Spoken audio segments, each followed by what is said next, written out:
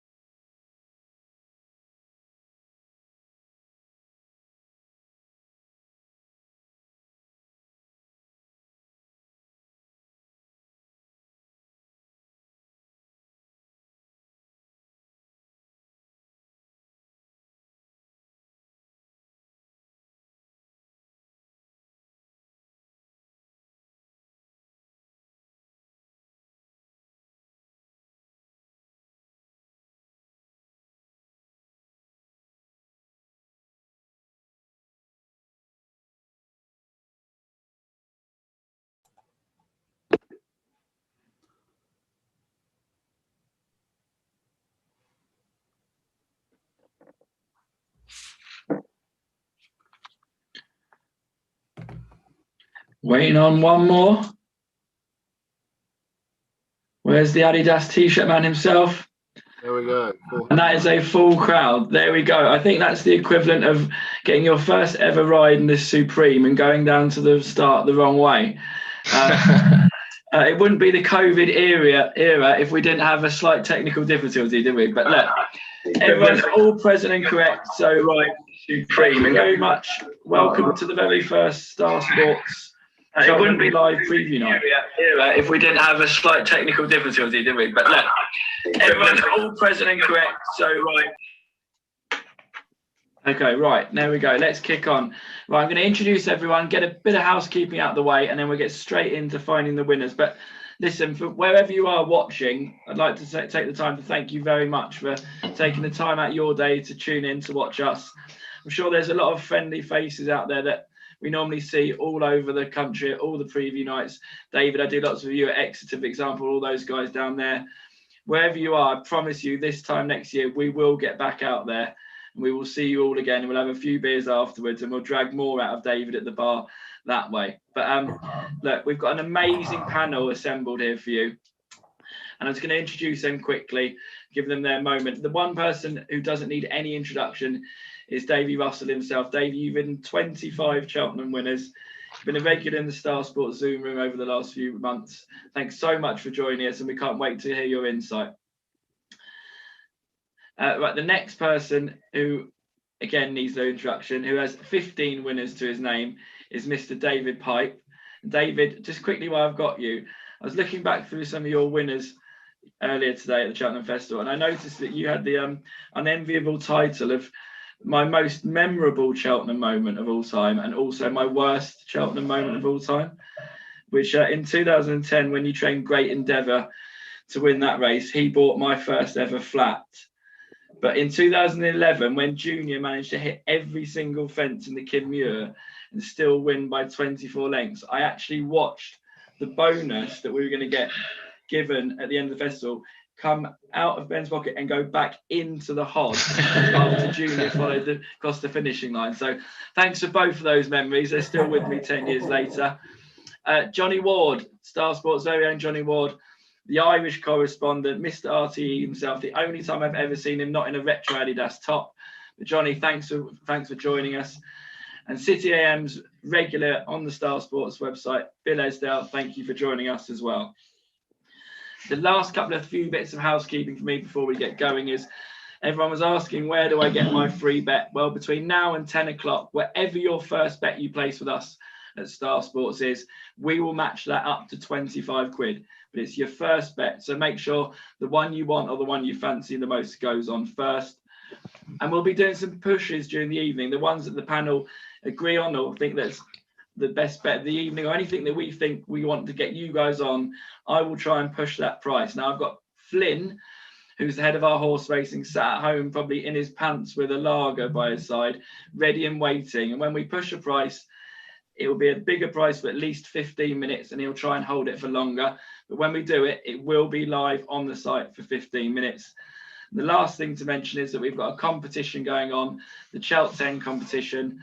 That's 10 yes or no questions.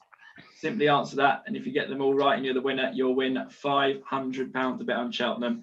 There's all sorts going on the Star Sports website during Cheltenham. We've got a socially distanced offer, we've got the average bet, we've got everything going on. I'll give you them all in the evening as we go, but let's get straight into it.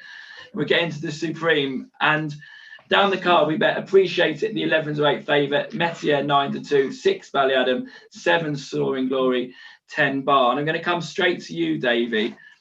Now, as a bookmaker, punter and owner, I know what it's like being at the Cheltenham Festival for the 130 or the 120 as it is now. By this time, we're massively overexcited. We've had one too many to drink. The horse that we fancied, we've had more on than we thought we would do anyway by this stage. What's it like as a jockey, and particularly a younger or an older jockey, riding in the Supreme? Does that excitement really filter down to you and different to any other day of the year riding? It's definitely different to every other day. We'll just put it into perspective. It's the whole week really. So everybody, you're it's like you're going into Wimbledon. It's like I can only imagine soccer players going into whatever it is, the FA Cup final or something, you know, and we're there and this is our centerpiece. And but to be honest, going out in the Supreme Novices, I try to convince myself that it's just another race. And you know, I never won the Supreme Novices, so I don't know what it's like to win it, but I've had some nice rides in it, and you know, it's nice. It's nice to get the first race off that everything has fallen in place and everything has happened the way it's supposed to happen. So it is a very important. Obviously, it's a very important race anyway, but it's very important to get the first race up and running and done. And after that, pretty much after the first race, everything is level playing field. So go on then, get us all off to that nice relaxed start with a winner in the first. Well, no pressure, but if you know that. If you could ride one, would you ride the favourite? Would you ride Appreciate It? Yeah, Appreciate It is a bit of an enigma, because at Christmas he was the horse by far and away better than any other horse we had, than the Irish horse we had, and I thought he was definitely the best horse to run in this race. He was touted up as being a stayer, and then just at the Dublin Racing Festival, he just wasn't as impressive. I thought the ground was a little bit drier at the Dublin Racing Festival, and for that reason, you're kind of putting two and two together. You might be getting 8 or you might be getting 4, but I think the ground is a big player on it, and you won't know that until the day. But I think this is the one novice hurdle it's very open. You know, I'm not sure the favourite is as solid, and I do like Harry Fry's horse. I think he's a talented horse, and I think he's going to improve for better conditions. But again, we just wouldn't want to be guessing what the conditions will be on the first day. But I'd imagine they'll be slow enough for Appreciated. Just a little bit worried whether he has that pace, that real early pace that you need to win a Spring Novices. He has bags of stamina, bags of ability, but whether he has the gears. Bill, I'm going to come to you next briefly because I've noticed he's 11-8. Appreciate it. Now, if you back an 11-8 shot in the week when you're just watching Southall or Wincanton or wherever, and your average stakes 20 quid, you have 20 quid at 11-8. You get to Cheltenham on the Tuesday, it's 11-8, you're definitely having 80 quid, aren't you? Do you know what I mean? That's how this race works. That's how Cheltenham works. And if you look at the stars that have won it over the years, like Champagne Fever, Vitor, Duvan, Altior, etc., they've not been beaten the year before at Cheltenham, have they? These horses have come there and they've had superstardom written all over them. Appreciate it. He was second in the bumper, but he doesn't have that wow factor. Fernie Hollow would have had the wow factor. And I thought he looked plenty short enough at 11-8. Yeah, the thing about this race for me is that it's going to be the most unusual of Supreme Novices, because I'm reckoning this could be the smallest field of all time for a Supreme Novices. There's only 18 left in as we speak tonight. The smallest field in kind of recent memory was 12. I think we had 12 in 2012, 12 in 2015. The smallest field of all time was 9 runners back in 1950. Now, of the 18, 6 are Willie Mullins. He'll probably only run 2 or 3. There's 6 of these. Bob Ollinger's going Ballymore, supposedly. You've got 50 Ball, Ganapati, Gow Road, Shake 'em Up Harry, Third Time Lucky, that all look like they're going down the handicap route. You've got Davy Russell, who's gone. Yeah.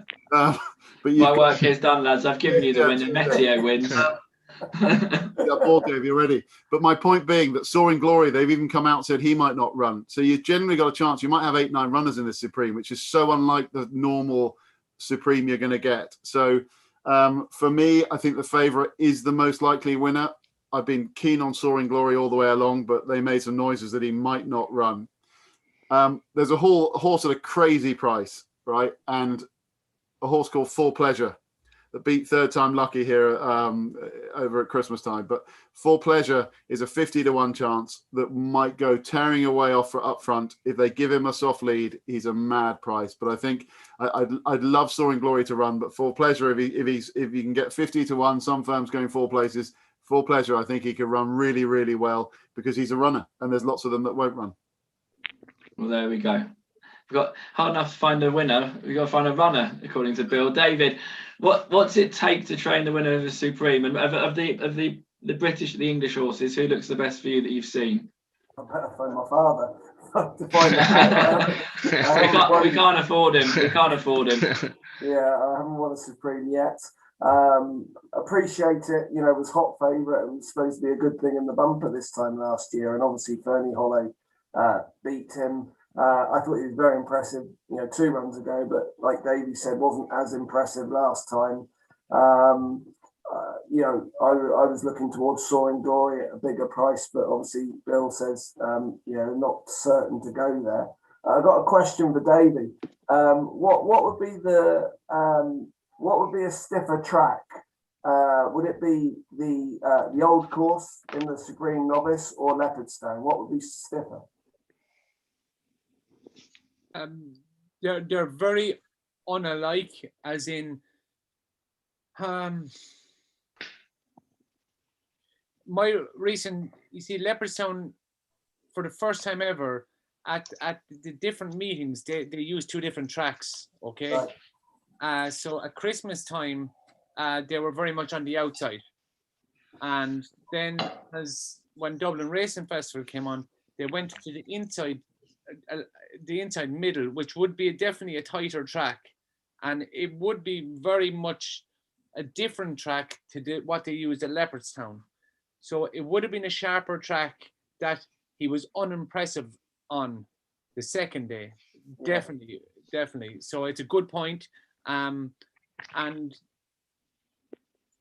Cheltenham, I don't think Cheltenham suits that big, huge galloping horse that can go around the likes of Leopardstown, a flat track that can use his big, massive stride.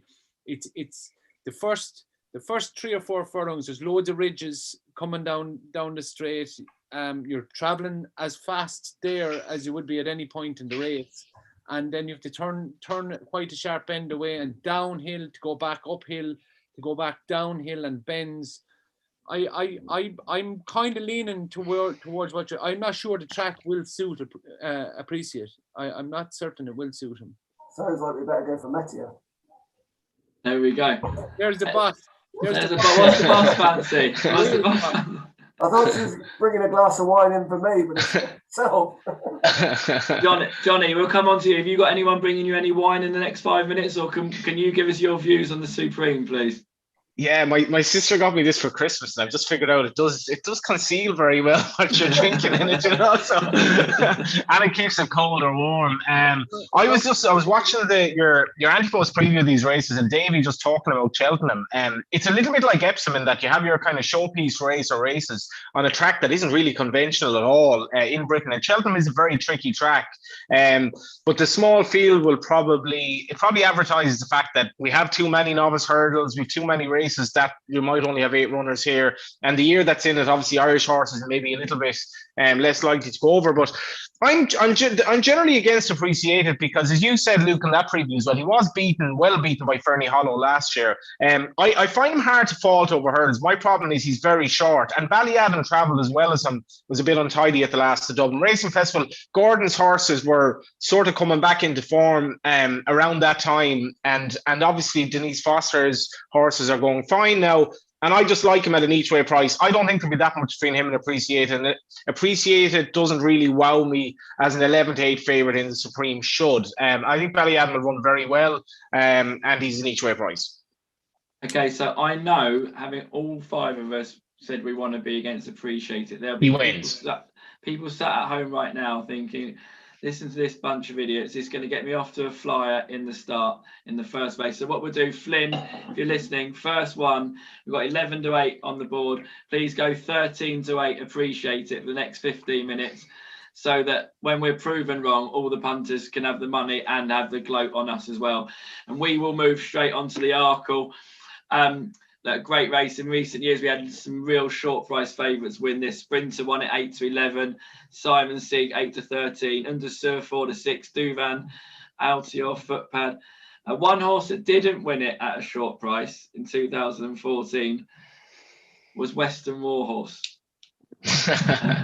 That was a painful moment for me. And in the reverse, a painful moment for you, David, would have been beneficent getting nutted in 2013. I'll tell you a quick story about that 2013 Arkle. It would have been the Monday night, the Hollow Bottom preview night. I would have told myself I'm going to get an early night, and I would have ended up in town at about 2 a.m. And I bumped into an Irishman who owned some pubs in New York. And I got talking to him, and he was telling me he had a horse the next day, he owned it, and he wanted to back it. So I woke up the next morning thinking, God, I wish I'd gone to bed a bit earlier. But at least I found a punter. He's going to have a few bets with us in the ring. Guy came down in the ring, had $3,000 on his horse that day at 25-1. So when Dinast has been beat up the running and Beneficent's come past and done it, the whole line of bookmakers are going, aye. Like Lofty is stood there really quiet, and Ben goes, what's happening, Lofty? And he goes, we laid it, Ben.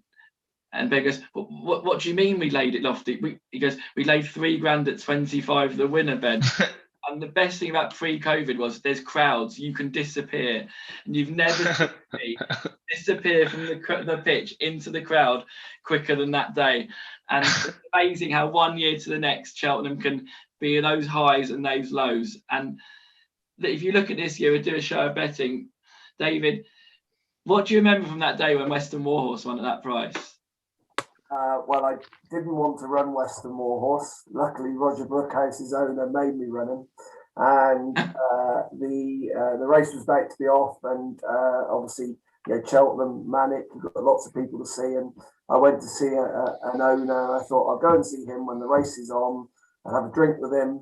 I watched the race, obviously, but I sat down and watched the race with the owner, and I was watching it, and I suddenly thought, blimey, he's running okay, and yeah, I mean, the rest is history, but it was, that's why it's horse racing. That's why there's lots of bookmakers about.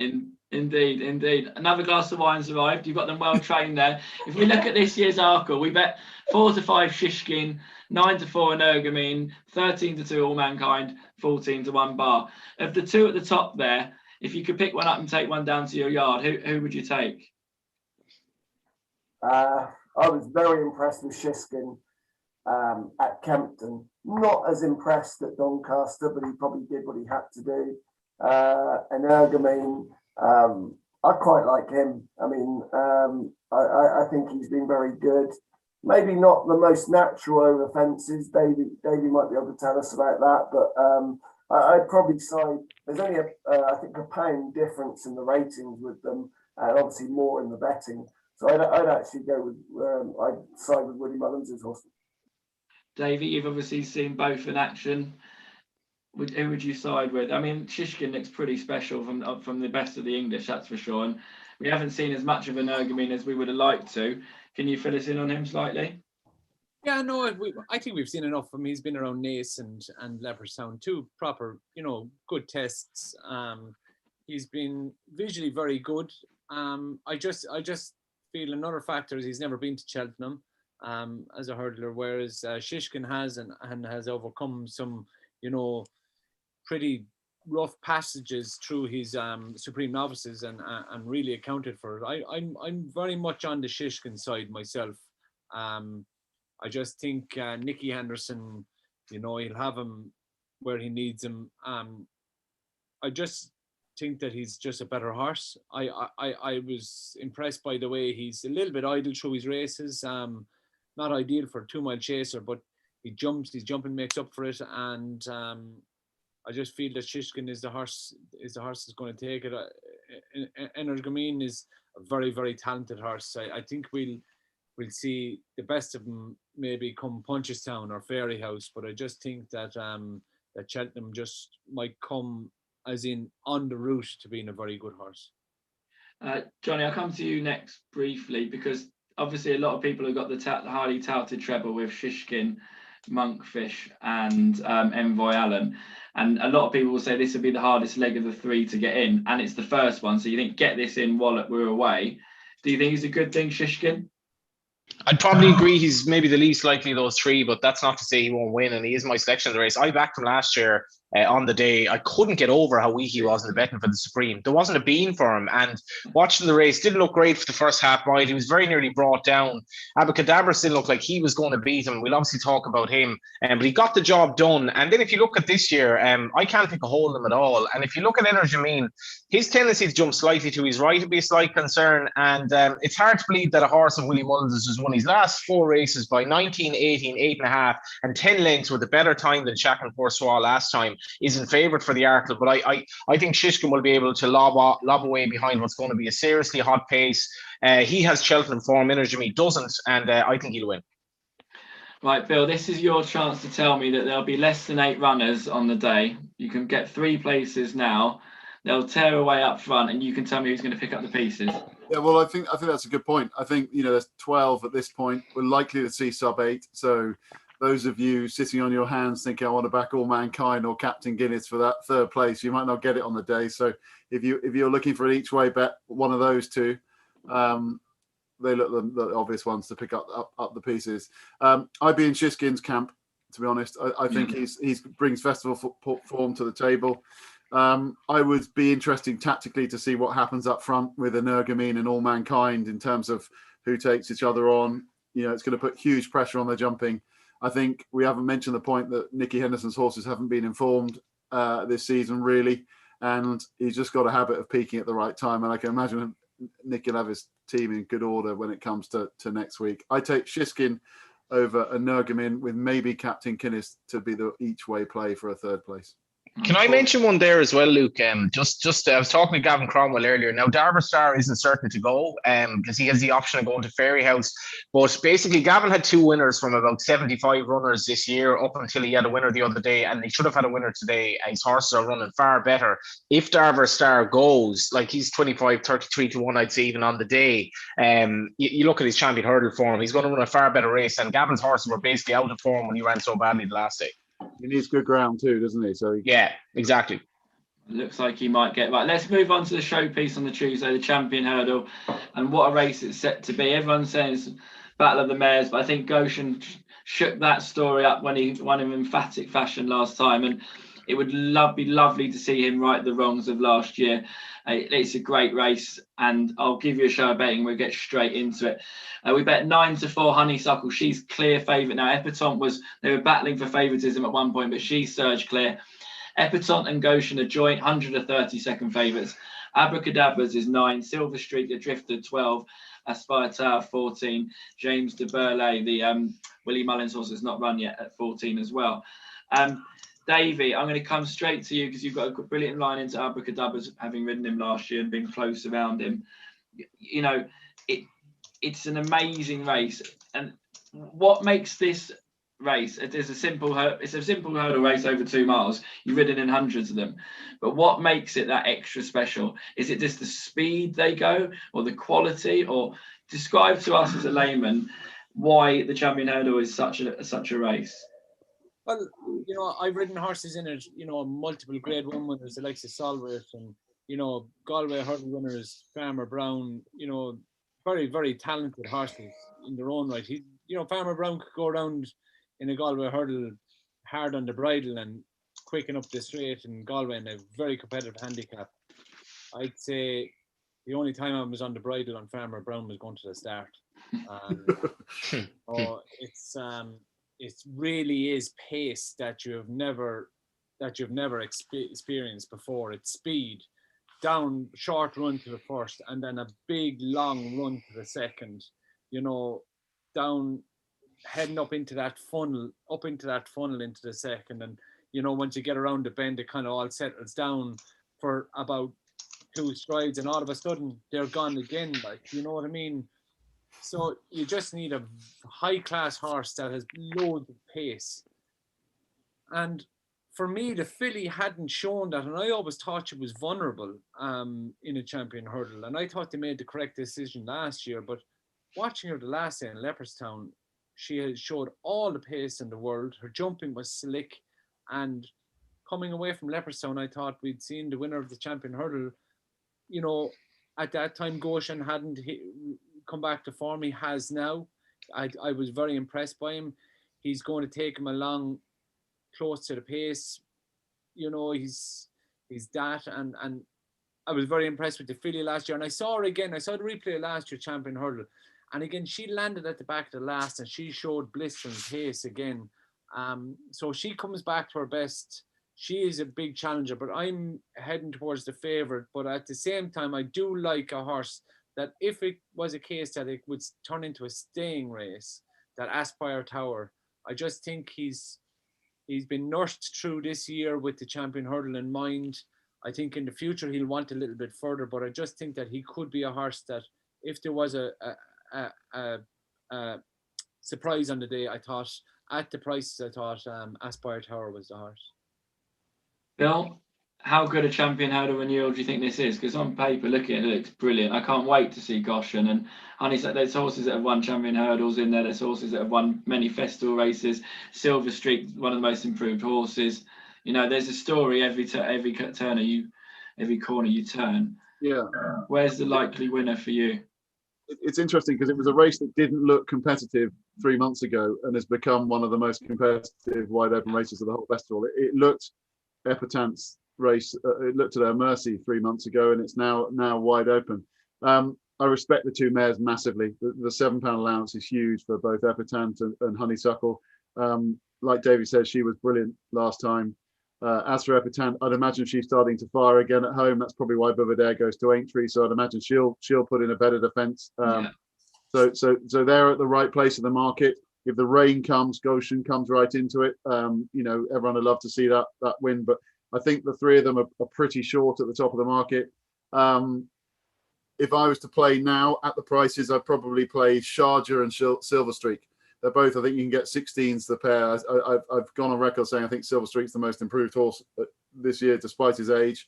And Sharjah just relished the conditions that Davey described. And I just thought they were both big prices. One of them could run really well, but the mares have it. David, do you think the mares have it? I think, like everyone says, it's great that it appears on paper wide open. Honeysuckle is the rock solid one. Last time out, I was very impressed. To do that over 2 miles. Goshen, obviously fantastic for him to come back to form. And Epitante, Nicky Henderson always has this way of getting them right at Cheltenham, but probably the rock solid one. And Rachel Blackmore, she won't do anything. She'll keep it straightforward, and I'd go for Honeysuckle. Johnny, this is going back to Ireland. Yeah, I think it probably will. I think Rachel's going to have an interesting ride on her hands here because she rides a horse who stays very well. I think she's been absolutely brilliant on Honeysuckle. It really has kind of showcased her improvement as a rider. At Leopardstown in the Dublin Racing Festival, she was fully confident of taking it up a long, long way out, which probably wasn't the plan, just because she knew she was very confident. But also in the mare's last race, she rode a brilliant race, and some would argue that she won the race with her tactical riding coming around the bend. I think she was probably on the best horse. Honeysuckle's a strange one because for me, she was kind of doing enough in her races, and she was always finding enough. I don't know where that performance came from at the Dublin Racing Festival. To me, it suggests that she's improving. I'm surprised that Davey, who is a very forgiving man in so many ways, hasn't even mentioned Abacadabras. I've come around to him as an each way play in the race. People may laugh at me. The turncoat, Johnny. There we go. You were told a couple of weeks ago to be on. I'm glad you've learnt your lesson. An apology would be in place. Now we can get the money in a couple of weeks as well. I've been wrong before and all that. I just think tactically it's going to be interesting. How is Goshen going to be ridden? He's going to be forward, I'd imagine. Honeysuckle is going to have to do a bit like Conor O'Dwyer and Hardy used to ride a horse over 2 miles that stays well as a Cheltenham Festival winner. Will probably try to save ground, keep it at an even pace. But if they go a good pace and the ground is proper good to soft, Abacadabras was a very short price in the Supreme last year. There was a massive gamble on him, and I think he'll be backed again. And I don't think there's that much between him and Honeysuckle. Ability-wise, if it gets into a proper battle between them, Abacadabras won't win, but maybe he'll be left late enough to come up the hill, and I like him as an each-way player. I love this race. I remember Hardy Eustace, Brave Inca, and Harchball is probably my favourite ever jumps race, if not the Moscow Fire, Tingle Creek. And this reminds me a bit of that in the sense that Abacadabras, I think each way, I really can't see him not being in the first 3, all going well. Okay, well, I'm going to have my only input in terms of the pushes and the prices, my fancies for the week. I think Goshen, I said last year I thought it was the best horse going to the festival. That was set to be the best thing I'd seen at Cheltenham in 10 years until, sadly, what happened. I think you'll right the wrongs this year. He's 100 to 30. Flynn, please go 4-1 Goshen for all those people out there that agree with me that the story of the Cheltenham Festival this year will be Goshen winning the champion hurdle. Right, guys, I'm slightly behind on the fractions. I'm going to shuffle you along and first sort of slap down the neck, as we say. The few handicaps on the Tuesday. The Ultima, David, you've won this plenty of times in the past. You always do well in that. We've got the Boodles as well and the National Hunt Chase. So who wants to go first? Bill, do you want to touch on the handicaps on the Tuesday? Well, if we look at the Ultima first, there's loads of money for Happy Go Lucky and Lieutenant Rocco, but they're well found in the market. David, you've obviously got Remastered. Do we know yet where he's going? He's in this and he's in the National Hunt Chase. Yeah, no, I mean it all depends obviously where Royal Pagal goes in the 3 mile 6 novice chase and others. Look, he put up a very good performance last time at Ascot. He jumps, he stays. A lot of his form is on soft, heavy ground, but he did finish second to Daxel Drasher over hurdles on good to soft ground. So I'm not sure he is dependent on soft, heavy ground. It's stupid. I look at these the 2 races that he's in, and obviously they're very competitive. But at the same time, I think they could be more competitive. I mean, I think, for example, in the Ultima, Lieutenant Rocker, it can't be soft enough for him. I couldn't have him personally. I mean, we haven't had that much rain today, and I don't think Cheltenham have either. So it's going to be very interesting to see what the ground is. Yeah. So you're definitely going National Hunt Chase then? Yeah, I was going to say. Yeah, So, certainly, yeah. I was going to say. Tell me where they're running, Bill. Go to the National Hunt Chase. I think Remastered will win the National Hunt Chase. I think that's right. Okay, that's fine. That's fine by me. I've just wrote it down. I love his attitude. I think he takes plenty of passing. Remastered would be my best bet on the Tuesday. Oh my God! If he ran in the National Hunt Chase, not in the Ultima. Okay, boss. Well, we'd love to see you do your dope. Right, Johnny, give us a couple of handicap good things from Ireland on the Tuesday, please, and I'll come to you, Davey. Ultima is very tough. I like our chance in the Fred Winter. Now the Boodles, obviously. I really like the run of St. Sam at Leopardstown the last day behind Calixios. The way he stayed on, he's a fine big horse. He's probably going to be a real National Hunt type of horse. But in the same race, Zafanian for Dennis Hogan, who wouldn't have many runners at Cheltenham. This horse is I actually quite like the Fred Winter. As much as I give out about all these new races, this is a race I've always liked, and I love the way this horse travels in these races. I think he'll thrive on the better ground in the big field. A bit like Band of Outlaws, albeit in a different race. He warmed up for this by winning at Naas. He's 130, which isn't asking too much. He will go there, and I think he's going to travel great. He's going to be around 12 or 14, and yeah, I like him each way. Perfect. And Davey, let's have a couple of winners on the Tuesday. No pressure. Yeah. Well, runners wise, I suppose the Ultima is wide open, and I don't know. Just Glorious Zoff rode him work today. He's in good nick. He's actually in great nick. So he's one that looks like he's going to go for the Boodles. And the last race, which is the National Chase, yeah, not certain what's going to go where yet, but Galvin has had a brilliant season. He was very unlucky last year, ran into Imperial Aura. I think it could be a horse that could be hard to beat. I noticed Glorious Soft is 12-1 for the Boodles. I'll tell you what we're going to do, Bill, so you can get yourself a little bit more on and pile a bit more pressure on David. I noticed that we're 12-1 Remastered for the National Hunt Chase. Flynn, can you go 14-1 top price anywhere out there, Remastered for the National Hunt Chase, please? So every punter watching can get on and pile a bit more pressure onto the trainer in the top right-hand corner of my screen. Have a bet in the Ultima, please.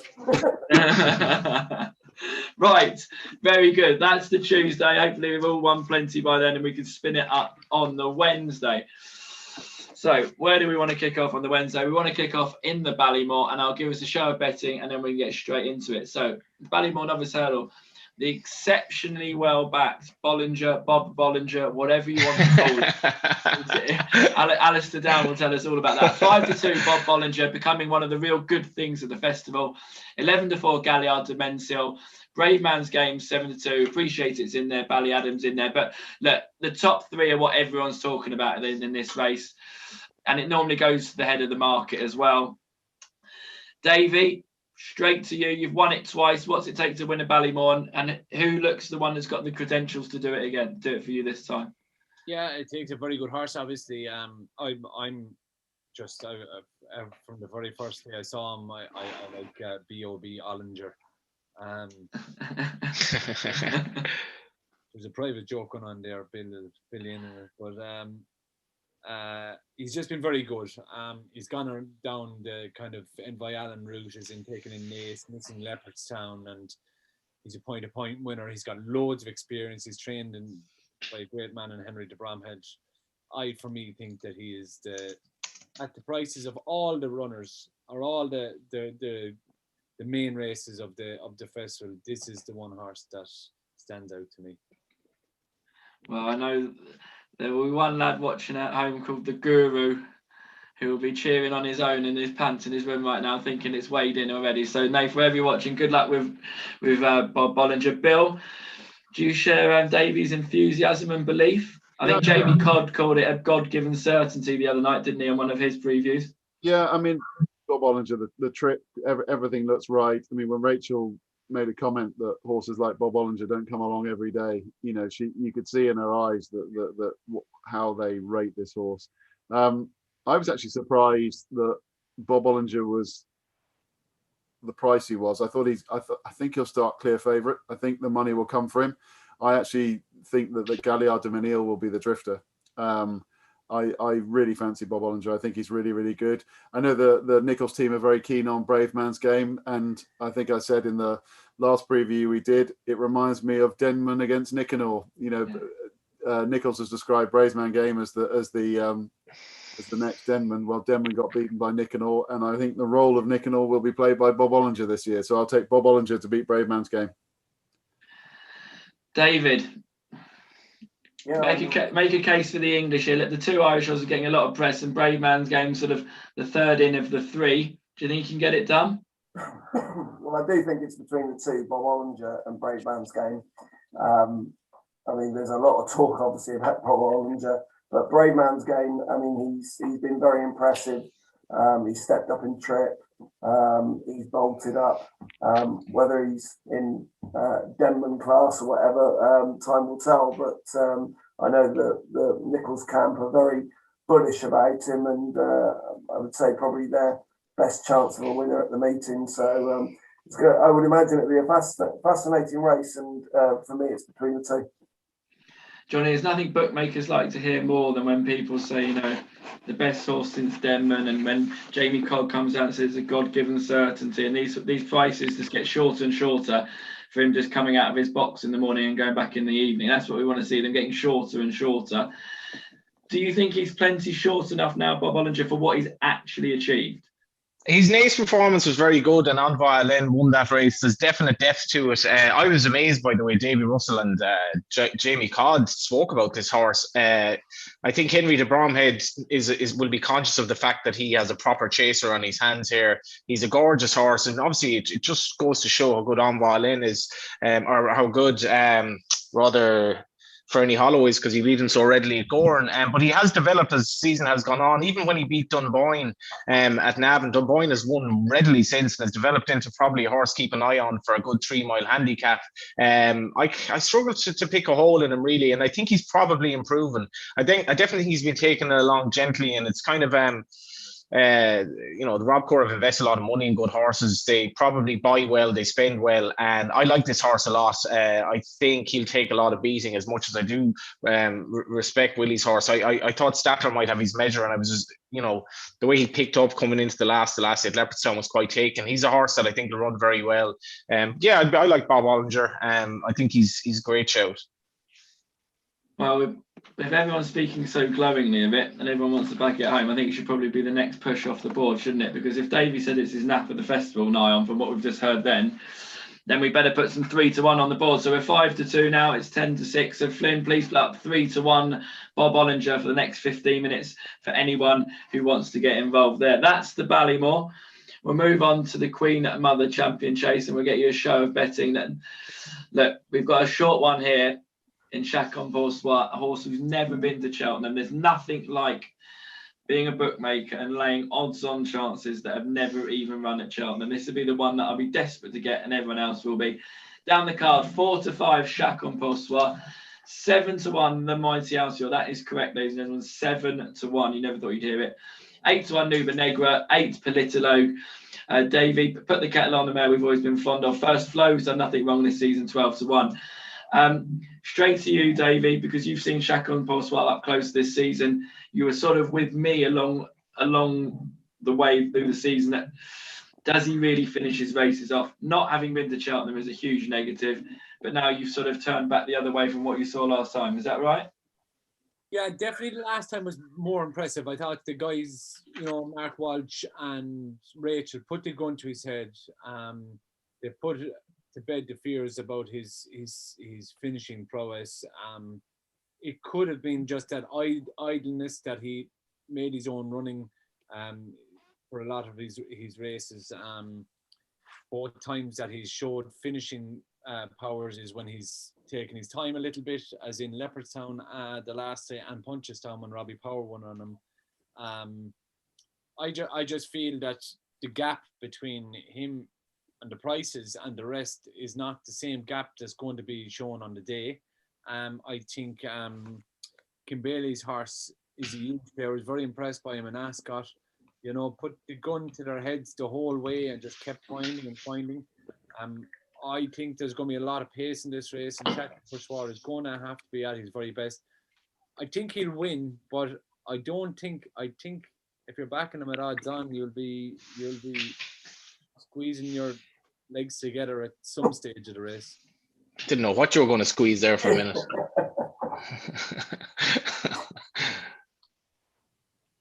Well, I think he's plenty short enough, and I think he'll get beat. Bill, do you agree with me?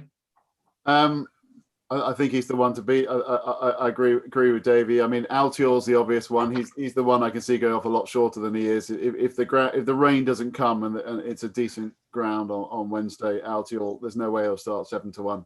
He'll be the public horse on the day because it'll be the one that everyone will want to play. Is there fire in the belly? I mean, there's been lots of question marks about what Chacun Poursoir will find between the last and the line. He found plenty last time.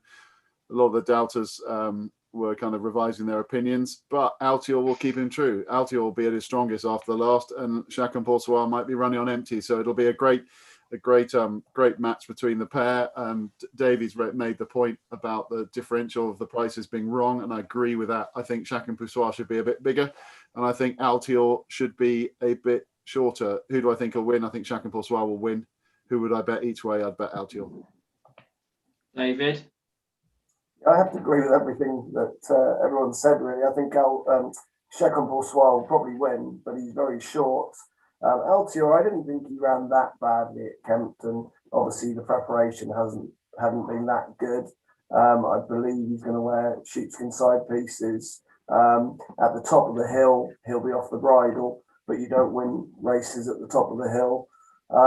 You win them going up the running. And I know he's 11 years old, but he's been an amazing horse.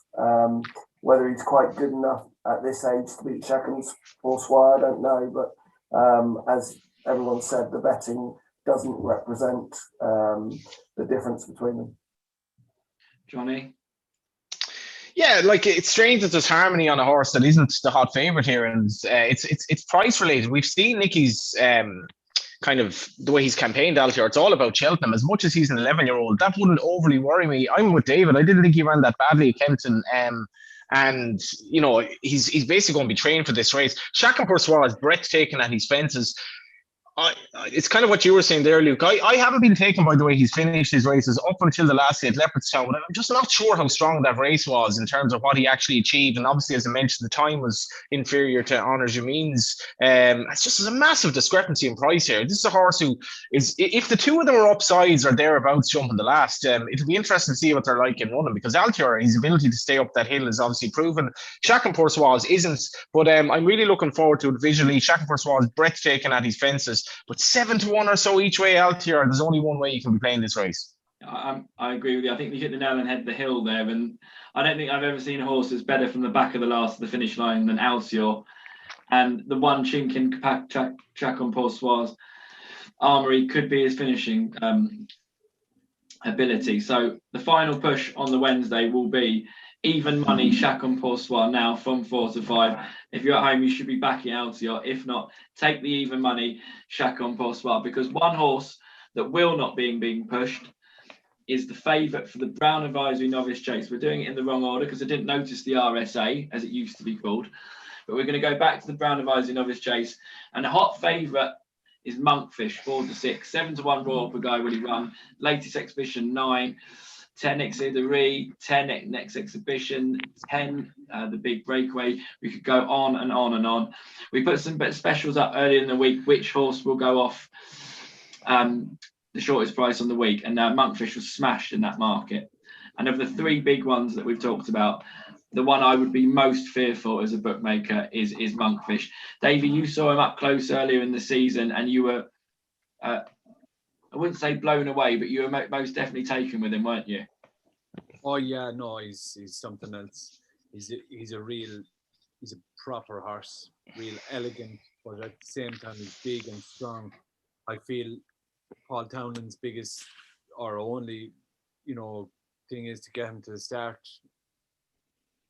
get into your posse and enjoy himself, because he's you know, as I said, it'll take an act of God to stop this lad.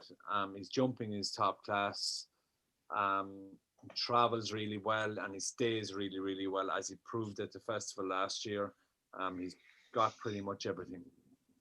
Yeah, I must admit, I get so excited about the short ones as a bookmaker at Cheltenham, because I think, let's get this beat, and you look for ways that you can do it, and I don't see this boy getting beat. Bill, something to beat him, or are you in the camp? I'm not even going to try. I mean, Éclat de Rire, if the rain comes, might pick up the pieces. But how many run, Bill? I don't think many will take him on. 7, 8. But the problem is he just destroys his rivals. He just jumps brilliantly. He's got a massive engine. You know, he's Royal Pagaille still in this race, but obviously won't go here because it's the same ownership. But you know, the fact that one is 8-13 and one is 8 tells you all you need to know about the golfing class. And he's just a seriously talented horse, Monkfish. I think he'll win, and I think when you get a horse as classy as him, it forces other horses to make mistakes. And the likes of the Big Breakaway and Next Destination, they'll just get out of their comfort zone and they'll start making mistakes. Anything could finish second. Honestly, anything could finish second. It won't necessarily be in price order. It could be anything, one of the bigger price ones that could run on and finish second. But I think Monkfish will win, and by fresh air. David, some funny things have happened in this race over the years. I remember the Mike Bite Whisper incident. Champ last year, that he couldn't win from where he was. Do you think we'll have to have something that's deemed as a rememberable incident for Monkfish not to win this race? Yeah, as you know, Luke, not every short price favourite wins at the Cheltenham Festival, but 8-13 is value. I think it's a good thing. He's flawless. He's even more impressive last time over 2 mile 5. Back up in trip at Cheltenham. He looks the real deal. Johnny, for the clean sweep, please. Yeah, a very brief question for David. If you're a trainer of latest exhibition, for example, do you fear that a horse who's just getting beaten into submission by a horse by further every time he meets him, the last day he just laughed at him, does it actually possibly affect a very good horse's confidence after a while? Horses know when they win. It probably affects any horse getting beat all the time. I'm not sure he knows which one he's getting beaten by.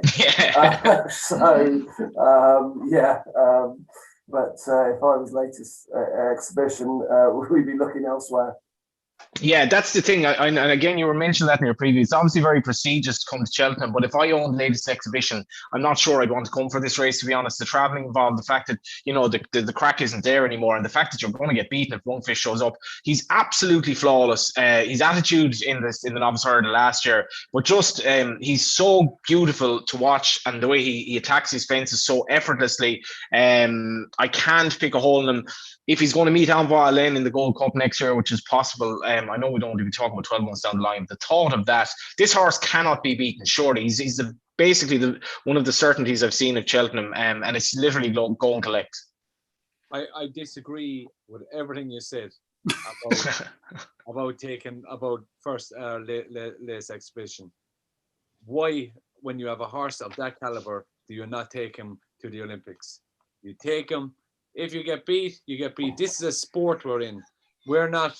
This isn't a case of if, ands, and buts. Go out there, take part, be glad that you have a horse to do it, and if you get beat, be a sportsman and take it and move on. If I had latest exhibition, I would be lining them up with confidence in my own horse, and okay if it's beat. But what happens if Monkfish stands on a stone walking down the gallop the morning of the Brown advisory? You're sitting at home and you're looking at the telly and you're wondering, is there any chance we could get an airplane to Cheltenham? No, I'd be there and ready to go and have a go at him. I think there's always punches down. There's loads of different places to go on when you're races, but there's only one Cheltenham.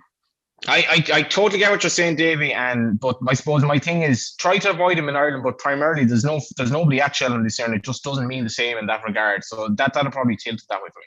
It doesn't matter. It's Cheltenham. It doesn't matter if it's COVID. It doesn't matter if it's World War, whatever. Cheltenham. It'll always be Cheltenham, and there is no better place. And I know winning is everything, but if you have a second or third at Cheltenham, we had a horse a few years back who came third at Cheltenham, and I still maintain it was the most amazing feeling I've ever had coming in third. What first must feel like, I don't know. So coming in second in an RSA, would you rather be? I know there's no crowds this year, which is devastating. But would you rather lead your horse in second at the Cheltenham Festival or win a race later in the year at Punchestown or somewhere else? I think that leading your horse in at Cheltenham this year means absolutely nothing. There's nobody there. It's different. I said in general. Yeah. It's all about winning. You can There's the trainer. Right. I'm taking control. We're moving on. We're doing the handicaps. on the Wednesday. David, we don't need to talk to you about remastered in the Brown Advisory because he's already won the National Hunt on the Tuesday.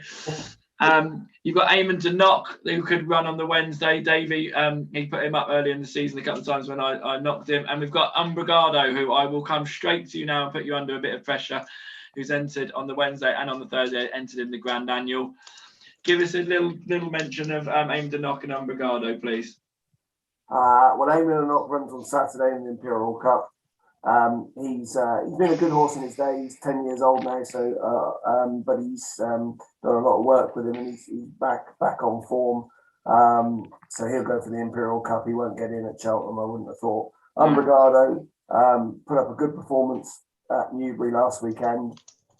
He'll be left in both the Grand Annual and the 2.5 mile handicap at the 5-day stage. The owners have had winners at Cheltenham before. They love Cheltenham. They'd love to have another winner at Cheltenham. But they are, I don't know, like slightly different, but there's other good races. There's Aintree, etc. I'd like to see him run at Cheltenham, and I expect he'll end up running at Cheltenham. We've always thought a lot of him, and I say we probably end up in the 2.5 mile race. He's got a £5 penalty for winning at Newbury the other day, but he's got quite a good engine.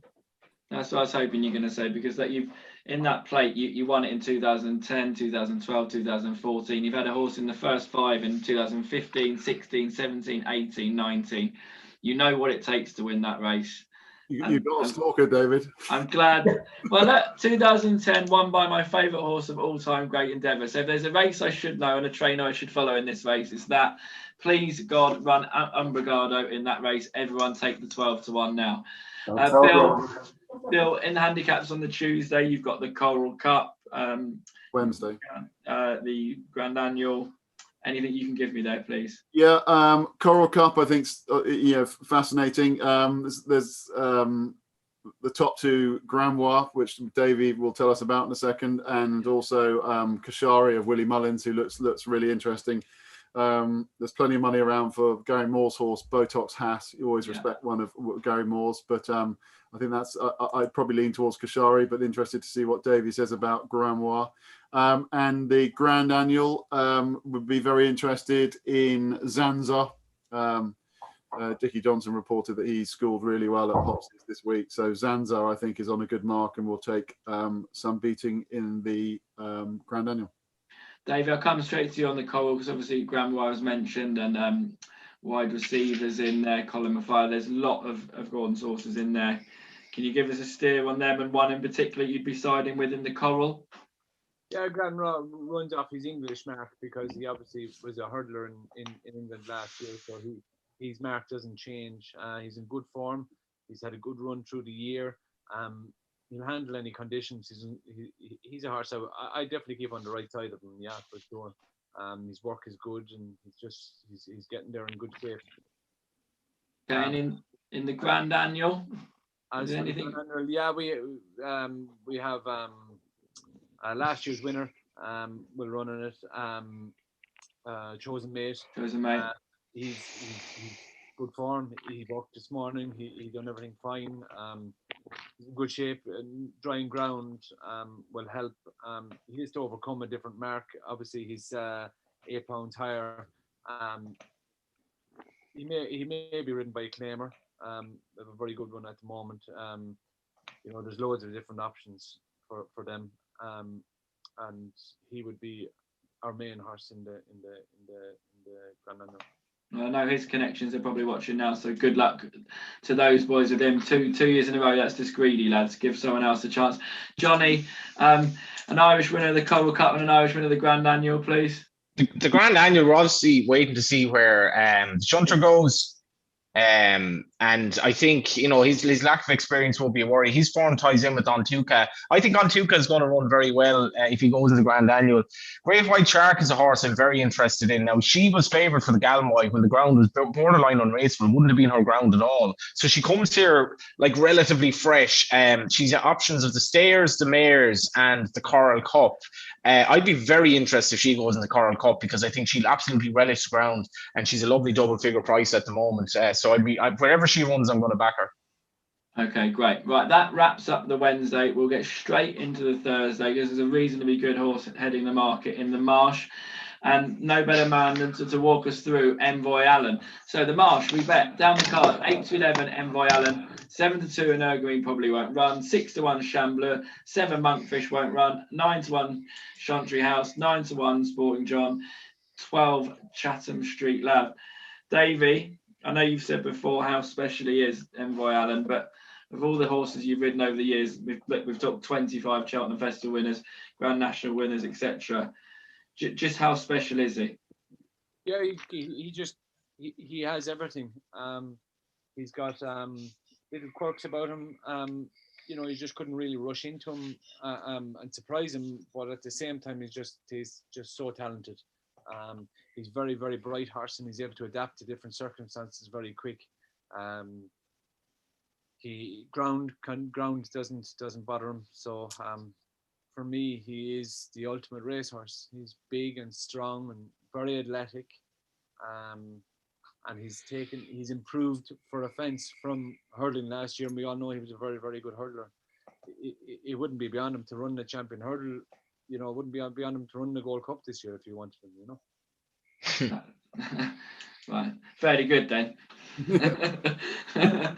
That's the sort of one you want to own, Johnny. One of those. Yeah. Right. Bill, your question is, because obviously that we know a lot about Envoy and we know he's the more than likely winner, but help us try and find the runners, please, and how you think the race will unfold. Well, it's very hard to try and fathom who's going to take him. That's why I've asked you, Bill. Yeah, the two things I'd say is, firstly, Davey said on something we did recently that he's never been more confident of any horse he's ever ridden in any race than he was when Envoy Allen went down to start in the Ballymore. And I watched a replay of that race the other morning, and I was just watching it and turning for home. He had quite a lot of ground to make up, and I was thinking, he got quite a lot of ground to make up, and it's just how easily he made that ground up on good horses, just close the gap. And you're thinking coming to the last, he's going to jump it a length or two down, and he suddenly jumps it a length or two up. So it's that acceleration. I always think when a horse doesn't look like he's going that fast and he's going twice as quick as the others, they're a classy outfit. I mean, he's an incredible horse. I think he'll take the world of beating. Guessing who's going to take him on, you're looking at Chambleur of Dan Skelton's. Dan Skelton seems to have been informed the entire season. Him and someone else on this call, David, have been the two stables that have been consistently informed. Chambleur, he'll be there. Chantry House is an interesting run for Nicky Henderson's. I think this is where he could turn up. Whether Sporting John comes here, if the rain arrives, I think he probably will turn up here. But to be honest, I think they're playing for places, really. I mean, Envoy Allen will win, and maybe Chambleur come in second, but I think it'll be a small field. I think it'll be 7-8 runners max. David, have you seen any of these up close when you've been out in the race course when we've all been locked up? Or have you seen Chantry House up close? Have you seen Sporting John? I haven't seen them up close, but it wouldn't even matter if I did. Envoy Allen, a good thing. I mean, he doesn't even have to be special because the second and third favourite in the race aren't going to run. So, he could be under par and still win. So he's him, Monkfish, and we'll find a third one, no doubt. Yeah, I mean, just on that, you've got horses in here like Hitman that aren't even coming here; they're going to Aintree. Yeah, that's the key. That you're good. His serious opposition isn't even heading here. Where does Fusil Raffles go? Because he had an enormous reputation. I remember him and Epperton, they were joint favourites for that newbie handicap. And he was tailed off last, injured. Sedgefield, I think.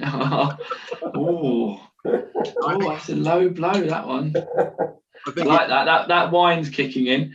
Johnny, find us the second to Envoy Allen, please. It's clearly not going to be Fusil Raffles, not from 300 miles away. Yeah, I wonder what price, if he did run in the Gold Cup, would he be this year? It's not ridiculous that he could be nearly favoured for the Gold Cup, because he is considered pretty much the best horse that Gordon has had. He jumps brilliantly. That might seem outlandish to say against a two-time Gold Cup winner, but you don't hear them talk about Album Photo the way they talk about Envoy Allen. And I love the way Davey talks about him. He's very intelligent, and he saves a bit for himself as well. When I saw him winning the bumper at Cheltenham all those years ago. What about Envoy Allen? What about you remember when Joseph's horse came upside him in the bumper, and he just found another gear instantaneously, and that's what he does. So I was watching Catterick earlier, and in a 3-mile novice chase, a horse was sent off 1 to 12. So you're like, what would you back a horse on 1 to 12 in a novice chase? So the implication is he just has to get around. Envoy Allen just has to get around, and he's not a million miles off even money. He's an absolute superstar. I can't wait to see him.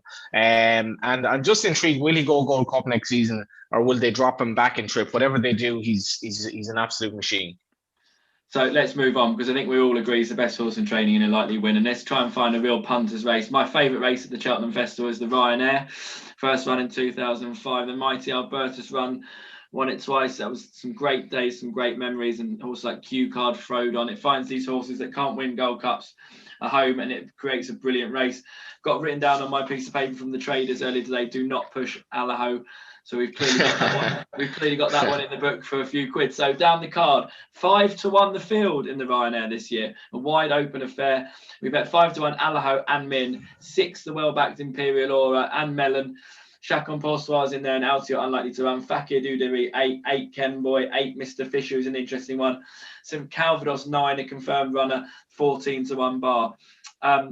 Great race, love it. David, you've won it in the past. Davey, you've won it in the past. I think you won it twice. You win it with Alvic a few years earlier, David, and then Dynast won it. Tell us about the Ryanair. I mean, it's obviously a relatively new race, even though it's been around, but compared to all the others, what are your thoughts on the race as a whole, and what do you think's got the ability to win it this year? Well, I suppose Allaho is the one they've all got to beat. Ken Boy, not the best jumpers. I don't know if he goes for this or the Gold Cup. I don't know. Imperial Aura has been rock solid. I know unseated last time at Kempton, but he wears his heart on his sleeve. As does the jockey David Bass. He'll probably go out in front or be up there with the running, and at a slightly bigger price. I'd see him as the main challenger to Allaho. Davey, I mean, we've talked about Imperial Aura a lot during the season. I know some of the boys involved with them will probably be watching this evening, and I said to a mate of mine today, I thought it'd be hard to fancy a horse going into Cheltenham that fell last time, and he immediately corrected me, and you got it right, David. He unseated last time. He didn't fall last time. And you've got a bit of experience coming down to the last next to him, haven't you, at Cheltenham? Yeah, no, I felt Galvin the whole way during the race. I was a winner. I thought it was only just a matter of going ahead and winning the race, and this got to, somewhere near his tail, and he just took off in front of me. I came in after the race, and I was wondering, what was that? You know what I mean? So he's improved it since. I've really liked the horse over for a long time, and I think he is the most likely winner. I think it suits a horse coming up through the handicap route. It's tried and tested over the years. That's the way, and I think you should tell the traders to stay where they are. Shove on Allaho and earn your crust there as being the top man in Star Sports.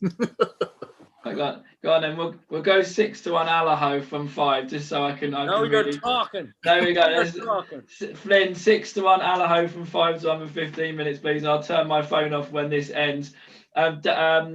Johnny Mellon, most unlucky horse in the history of Cheltenham Festival. 4 seconds, a couple of seconds in the champion hurdle. Last year got nutted by Sam Crow.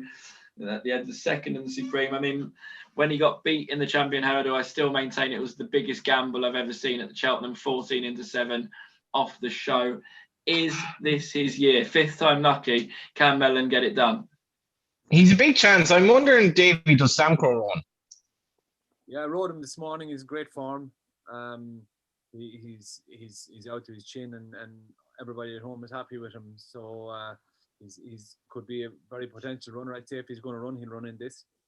And would you kind of forgive him Christmas, or can you forgive him?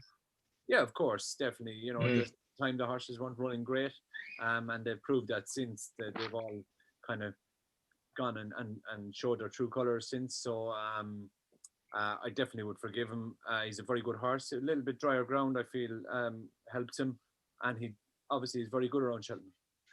Yeah, I just think he's kind of been a bit forgotten, Bill. Obviously, you know, the scenes when he's when the guy who was looking after him last year, you know, when he won, you know his name, Davey, it was great scenes. Jack Madden, yeah. Jack Madden, yeah, that was fantastic, because Cheltenham on the Thursday last season, it was a strange atmosphere, and Sam Crow winning, you know, it was one of these unique Cheltenham atmospheres because the week that was in it, but he actually ran very well at Down Royal, and if he comes back to form of last year, I think he's a big prize. He's more than enough, Bill, to get involved in this. He sounds like a character from a good film, doesn't he? Jack Madden. Mad Jack Madden. That's what he'd be called. Bill, St. Calvados will run here, won't he? I know that you know that camp quite well. Is he running in the right race? Yeah, they've made the decision to run here. I'd go for gold if I was them. I knew that was coming. I would too. That ship has sailed. I think there's lots of races at this meeting that don't have the depth. This race has the depth. When you have horses like Chris's Dream at 25 or 33 to 1, you know how good the race is. There's plenty of good horses in here. I have enormous respect for Allaho. I think it's the right trip, the right race. I think it's the race for him. At the prices, I go with Mellon. I think they know how to ride him. They know the right trip. They just go out in front. And I thought he was going to win last year till Davey. Oh no, don't. I'd say that I think if I was to go for it now, I'd take the 2 Mullins horses, Allaho and Mellon. I'd have those on side. Yeah, I think I'd be with Mellon. I'd love to see Imperial Aura. I think it'd be Imperial Aura and Mellon that'll be the 2 that go clear. So selections, you've got those 2. Davey, you're going to stick with Imperial Aura. Johnny? Yeah, I'll go with Sam Crow. And David? Imperial Aura. Right, that's the Ryanair. Let's move on to the big race on the Thursday. And what a renewal of the Stairs Hurdle we've got. People are billing it as a 2-horse race. I think it's anything but. 3 to 1 joint favourites now. They can't split them. Paisley Park and Time Hill. They've clashed twice this season, taken 1 each. 7 to 1 Roxana. Surely she won't run here. 7 to 1 Sada to Burley, who I will say is nigh on our biggest bogey in the book here at Star Sports in the anti-post markets. 10 Champ probably went wrong. Flooring Porter 10. Ken Boy sprung into the market, money for him 10. Davey, will come on to you with the Storyteller in a minute 11. Vindication, another one who's leapt into the market at 12. Fury Road 16. I can go on. Davey, if you can touch on the horses you obviously got a line into, such as Sir de Burley and the Storyteller. Tell us your thoughts on them. And then if you had to pick one of Time Hill and Paisley, who would you side with, please? Yeah, just both horses again worked today. Lisa rode the Storyteller, and he's in good form. He juice in the ground is a big help to him. Loves Cheltenham. Both of the horses really come to their own around Cheltenham, both Sire de Burley and the Storyteller, and they're very closely tied in on last year's form. So they're both in good form. The Storyteller is a real favourite at home, and so. You know, there's no negative with him at the moment. The Storyteller ran really well in Leopardstown. He picked up the pieces to finish second.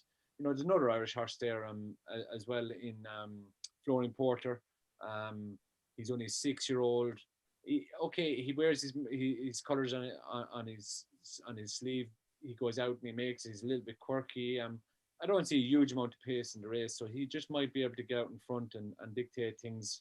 As regards the other 2, look, I'd be siding with Richard Johnson, Philip Hobbs. I feel the form of last year was pretty solid, and the one horse there that's you know, he's just such a good horse at home.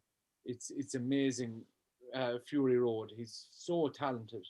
And last year, I felt maybe weakness got him a little bit, caught him a little bit, but I felt that he was going to beat Monkfish, he was going to beat Latest Exhibition and Time Hill. He worked again this morning. He's in good form. Barry Garrity rode him. He's just a very, very talented horse. He could be running. Definitely, I think he'll show his true worth and run into the money. But I think of the two that you mentioned, I think Time Hill for me could be an improver. Richard Johnson knows what it takes to win a stairs hurdle.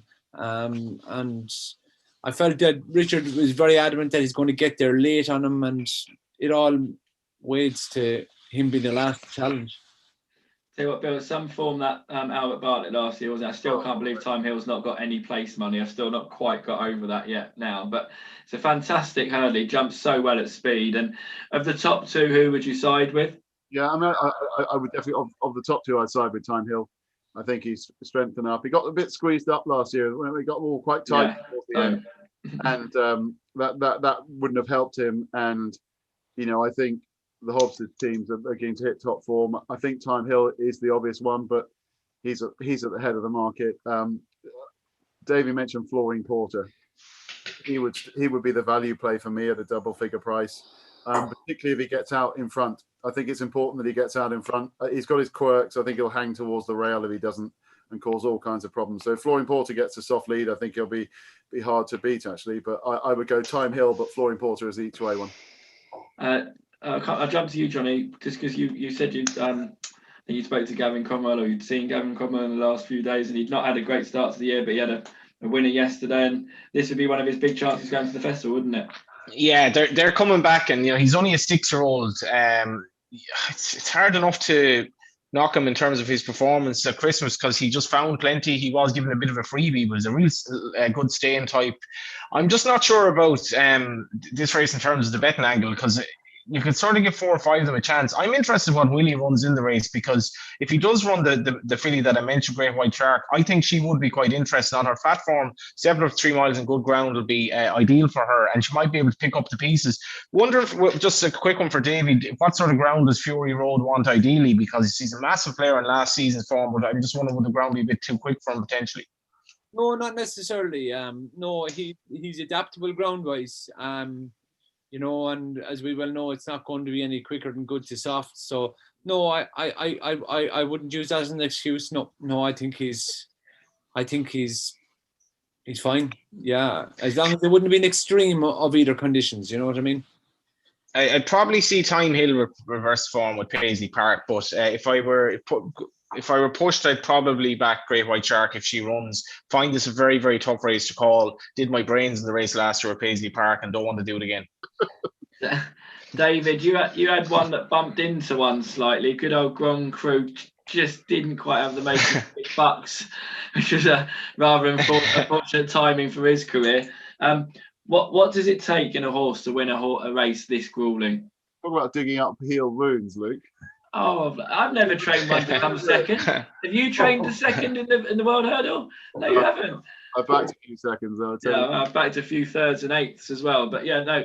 Excuse me, Bill. Back to David, the professional in the panel. To win any race at Cheltenham, it takes a lot of ability and a lot of guts and determination from the horse and jockey. And I know you guys have gone with Theme Hill. Paisley Park is a little bit like Big Bucks. He does not look the winner until the winning line, and that's what counts. Obviously, I think he had a heart issue last year. Alan Laval's done a great job, got him back, and I think obviously it's not going to be it's going to be a wide open race, but I think if he's on top form, it'll take a lot of beating again. We run Main Fact in the race. Yeah, he's done amazingly well. He disappointed in the long walk. He ran a lot better last time at Haydock, finishing 4th. He'll either have sheepskin side pieces or blinkers this time. He's a big price, but maybe a ride outsider to pick up some place money. 33-1 main factor. He ran up a sequence of 9. All he's got to do is run up a sequence of 1 here, and that'll embody all of that. So good luck with main fat. I think when we look at the race, Paisley Park, it'd be a fairy tale story for him to come back and win. And I was corrected by Alistair Down when I said fairy tales only come true at Disneyland. He was like, "You're wrong. They do come true at Cheltenham," and that would be one that would hopefully come true for those guys next week. Let's quickly have a look at the handicaps, and we'll scoot on to the Friday so we can be done in time for people to watch the Champions League. But Thursday we've got the Pertemps, the Plate, and the Kim Muir. Who wants to go first? Bill, can I come to you? There's plenty of horses for Davey to talk about here. I mean, the Pertemps is looking as hot as ever. I see there's a lot of money for Linwood Gold today. I thought that Honest Vic could run well at a big price. Henry Daly's horse, even with a big weight. But I know that the Davies team got the Boss's Oscar. If Champagne Platinum's another one in that race of Nicky Henderson's. You know, it would be interesting to see how they get on. We know the winner of the Plate's on Brigado. But Davey, I know you sat on Far Class today. That's what I was going to quote. Multiple entered, Davey. Can you give us a steer on where you think you might end up? I suppose they'll be keeping options open, so he has the multiple entries. 2 mile 5 does seem to be or 2.5 does seem to be in around. He's just shy 2.5 seems to be fine for him. He's in good form. He went up there with Zanhier this morning, so he's a good old Nick, and yeah, he's in good shape. He's well of himself. I would think I would feel maybe that they won't be. They'll wait to see which race will suit him best. But I would be imagining that this would be to the top of the list at the moment. But that could change. Yeah, and then the other one, Dave. Everyone seems to be thinking Runwell Fred for the Kim Muir. Yeah, I would be. Bill can't wait to find out. He's got the bet slip ready on his spare laptop to his right. He's 5-1 favourite, so I think the secret's out. Yeah, I'd be very confident that Runwell Freddy's in good form. He's had a great run in his highest days, and he's come back well in himself. Whether he's a certain runner or not now is not fully confirmed yet. But we'll all have a chat and see which race, whether he'll stay at home or I would imagine he'll come for this race if he's going to come. Thanks, Davey. And Johnny, anything in the Pertemps, the Kim Muir or the Plate, please? Yeah, I like Arkle dropping back in trip, jumped brilliantly at Leopardstown, travelled well. Just in the Mayor's Novice Hurdle, Rosie's Hollow, she destroyed Royal Kahala the last year. He previously destroyed Hookup, who then ran really well in proper Grade 1 company. I know it's on the undercard. If she runs, I think she'll take an awful lot of beating. She's probably underherded because Jonathan Sweeney trains her. If Willie Mullins trained her, she'd be 7-4 favourite. She's way bigger than that. So if she runs, I think she'll take an awful lot of beating. Brilliant. Royal Kahala, is that? No, that's Rosie's Hollow, yeah. So Royal Kahala was behind her the last year. I think Royal Kahala will run. I think she'll run very well, but it's hard to see how she reverses the form. Well, yeah, look, I just love Far Class. Cheltenham form is everything, and I'm glad to hear he's in good form. Right, let's get on to the Friday. We're straight into the Triumph Hurdle, a show of betting, and then David can tell us why he's going to train the winner.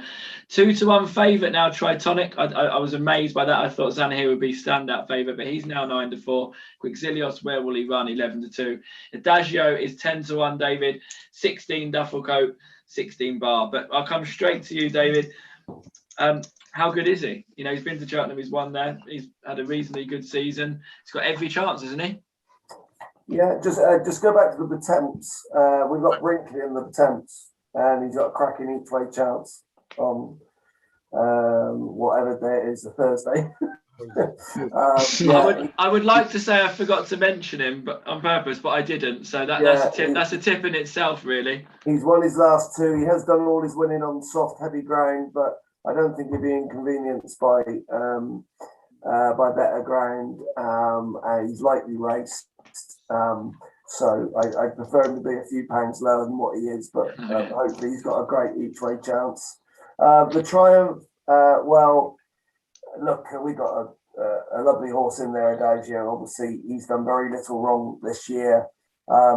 As probably Davey is saying, he got beat by Duffelcoat at Cheltenham early on in the year, which Duffelcoat would be way down Gordon's team of 4-year-olds, but we've improved a lot since then, and we rode him wrong that day. I think it looks a cracking Triumph hurdle.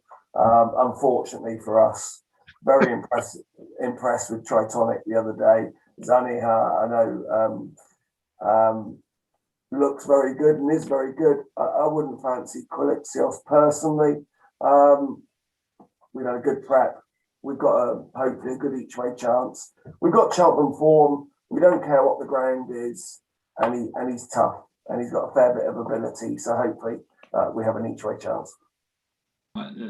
Encouraging. And I know you don't get overly excited. I've noticed that on those panels down at Exeter over the years, but I think that was about as glowing as a tribute as I can imagine. I think 10-1 looks a proper each way bet there. Good luck with the Adagio. Davey, you won this a few years back on a little horse called Tiger Roll, who went on to achieve a few things in the game. What do you like this year? Yeah, Duffel Coat wouldn't be that far down the list now. He may not have shown a lot at home, but he definitely has done plenty on the track. So that form would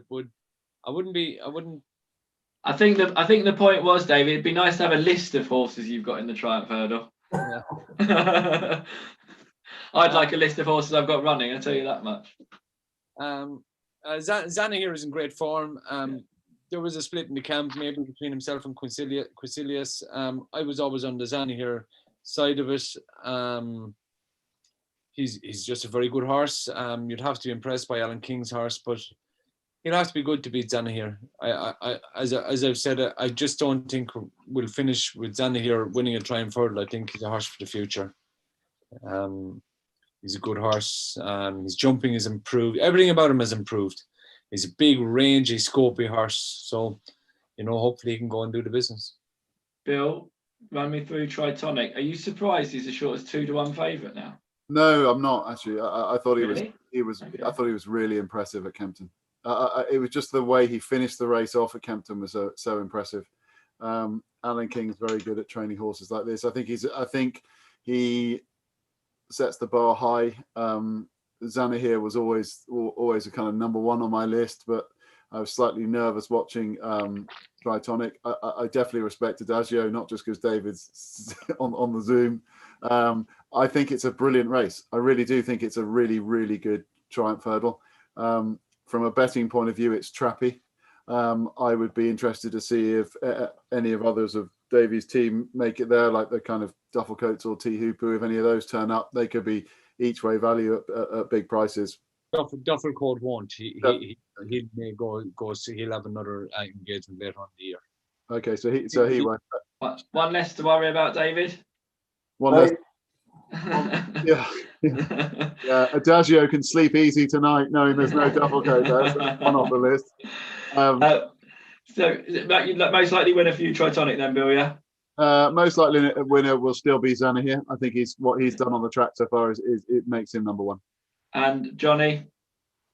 I love Tritonic. Sometimes you get a horse of his flat ability who just doesn't translate over hurdles. First day he was fairly green.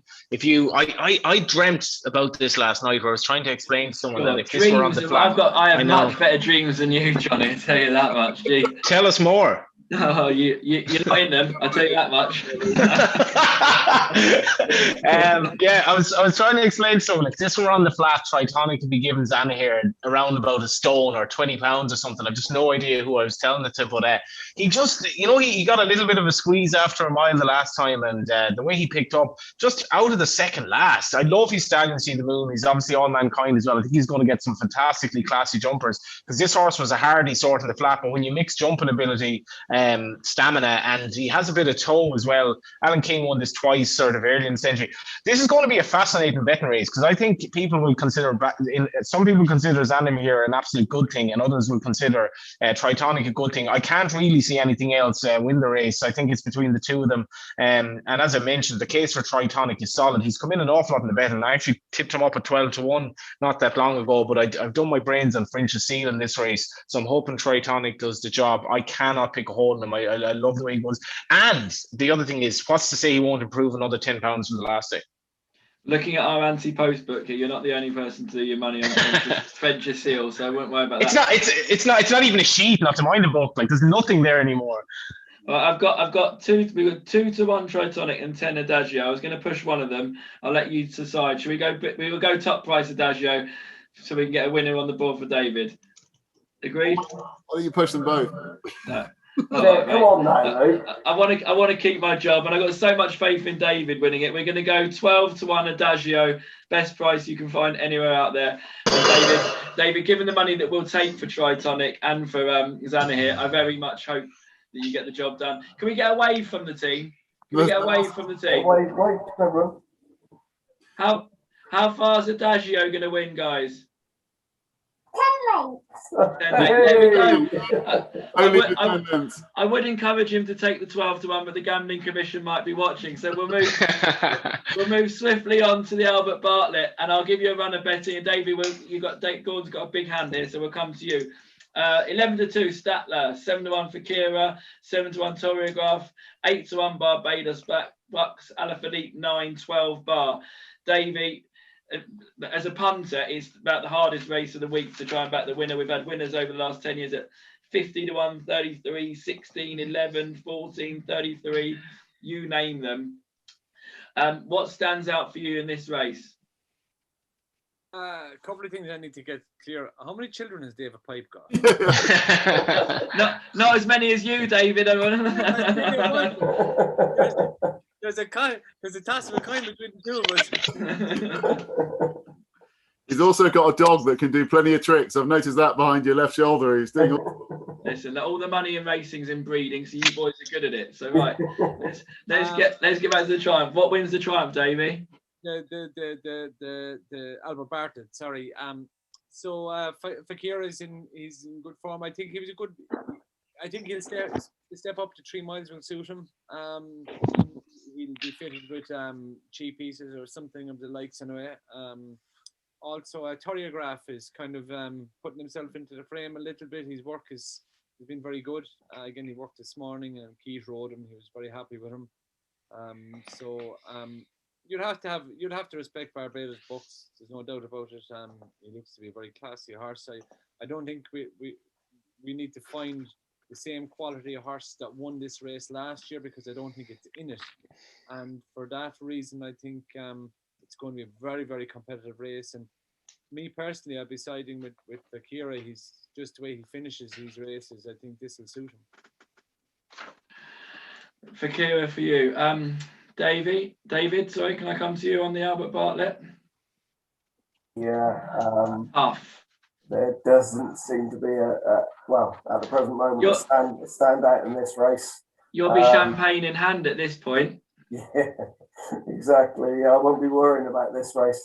Will not make me a believer in this race, but he doesn't. He won't go to Cheltenham. So Okay. I thought the Statler ran a decent race at Leopardstown last time. I couldn't have Barbados Bucks personally. He's a decent horse, but I'm not sure he's good enough to win this. Okay, and Bill? Yeah, I like Fakira. I like Fakira. I like the fact that there are plenty of goes, unexposed at the trip, finishes his races stronger than he starts them, which I always like in a race like this. The longer it goes on, the better he is. And the Albert Bartlett, there's plenty of horses that the longer it goes on, the worse they get. And that for me is a big plus with Fakira. And he's a galloper. And if the cheap pieces or whatever bring any about of improvement, I think he's a real player. Okay, right. And Johnny, wrap up the Albert Bartlett for me, please, because I don't fancy anything in the race. I'm going to have two here. Willie was very, very complimentary of Statler after his run behind Galler Divinil. Obviously, we'll have a better idea of the substance of that form, but I imagine it won't be Knox and stepping up 3 miles by the sire who won the race last year, same trainer as well. Just one horse I would mention in that race, I backed I backed Gavin Cromwell's horse, Vanillier, who ran an absolute shocker. But again, it looks like Gavin's horse was just totally out of form around that time. And this horse, if you go back to his previous run, he stayed on really well at Limerick. He's a nice progressive profile. The one thing about Gavin Cromwell, he doesn't send horses to Grade 1 races if he doesn't think they're going to run well or show themselves, to show their colours to some extent. He's going to be a massive price, and you can probably completely forget about his last run, in which case he has an each way chance. So I'd have him and Statler for this race. Perfect. Right, that wraps up the Albert Bartlett. Right, I was thinking we would come on to the Gold Cup now, and then we wrap up with all the other handicaps. But I think I'll throw a spanner in the works. Let's do the handicaps on the Friday. That's all right with you, and then we'll end on the Gold Cup. So we've got the County Hurdle, and we've got the Mayor's Chase. We've got the Martin Pipe Conditional. I know someone would quite like to win that on the Zoom. And I'm not looking at you, Johnny. So, David, if I come to you, anything on is Leon Carvalho? Will he run in the Imperial Cup on Saturday? Then likely go and win at Cheltenham. Gaspar alike. Yeah, that's the plan, Lee. Yeah. There we go. That's that then. Right. Consider that. Yeah. No, the plan is to go on Saturday. He's in good form. We've run him on the flat and over fences. We haven't actually run him over hurdles. But he's a tough customer, and he's in great form. So yeah, Sandown first, and then if he was to run well there, he'd have a chance at Cheltenham as well. He's got some very good form. He finished placed in a Galway hurdle. So yeah, he is 9 years old, but he's in good form. So he's in the County and the Martin Pipe, isn't he? Yeah, I would imagine he'd be left in both at the 5-day stage, and we'll see what happens on Saturday first. Right. Okay. Yeah. I normally don't let you off, but I'll let you win Saturday first. That's fair enough. Bill, if I come to you, we'll have a quick spin down the County Hurdle. Where will the shunter run? Who knows? He could run anywhere. I mean, he could run in the plate or over fences. They can do anything with him. I think it's so hard to second guess what they're going to do. Go off short in the Grand Annual, couldn't it? I would have thought, I think he needs a bit of rain. I would have thought as well. County's easy. One of the best bets of the meeting runs in the County. Third time lucky of Dan Skelton's. Now there's a well-handicapped horse who I thought could go close in a Supreme. That's the race they target. I think third time lucky at 10-1. I think he'll start half the price, and I think he'll win.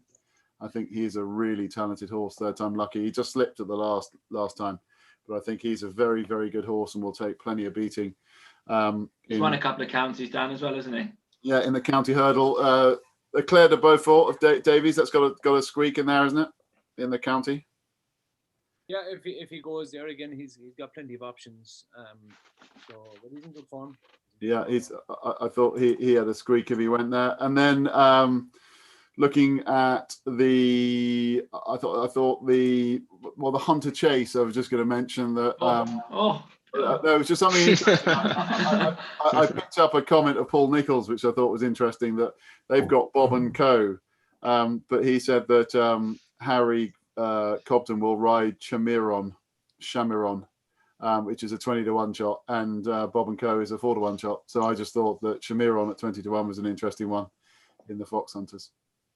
Okie dokie. And Davey, anything for you? I think on the Martin Pipe, look, Gordon's got wide receiver, column of fire. There's plenty. You have a lot of runners in the handicaps on the Friday. Anything in particular you want to mention? Yeah, Shattered it could be our best chance on the last day. She's in great form. She's the winner of a course and distance at Grade 1 level, or Grade 1 level. And she's in the Mayor's Chase, isn't she? In the Mayor's Chase, yeah. Yeah, she's really coming to herself now. She's in good form. Would she want rain? She's actually very adaptable that way. I suppose definitely juice, but not necessarily rain. Yeah. Light sprinkling with the hose down the back straight. Johnny, I'll get on Twitter in a minute. Johnny, couple of winners for me before I get you, but the winner of the Gold Cup as well up, please. I was looking to see where wide receiver ended up. I'm not even sure he's going to get in now because his marks actually. This is the one thing you want the BHA to give you a nice mark, but if he gives you one that's too low, you don't get in. Ganapathy is very interesting for me. he was obviously touched off by the real deal. The day the real deal went from 2s out to 22s or whatever it was, and ended up winning at Punchdown, and then ran behind Geyer de Menil, when he travelled quite well and cut out the last day. You know, for 140, he's only a 5-year-old. I think he'll run the Friday. I'm just not sure which race he'll run in, but I'll be backing him in either. Perfect. Right, the Gold Cup, the main event, show of betting. We've got one man who's ridden the winner of it, and one man who paid for his children's education when that guy rode the winner, as we keep telling you, which is Lord Windermere. Show of betting: 9-4 Album Photo, 9-2 Well Back Champ, Plutard 5, and then your 10-1 Bar, Raw Guy, Frodon, Kenboy, Minella Indo as big as 12, Native River, who's a sneaky one as an 11-year-old at 12-1, Santini, could he be the forgotten horse? We can go on and on and on and on. And I can't ask any of you this question other than Davey, so I'll go to him. What's it like to ride the winner of the Gold Cup? Davey Russell. It's pretty special. I suppose, you know, it was just one of them things. I love that. What's it like riding the winner of the Gold Cup? It was just one of those things. I tell you what, like crashing your car on the way to the racecourse, that's one of those things. You've gone quiet, Davey.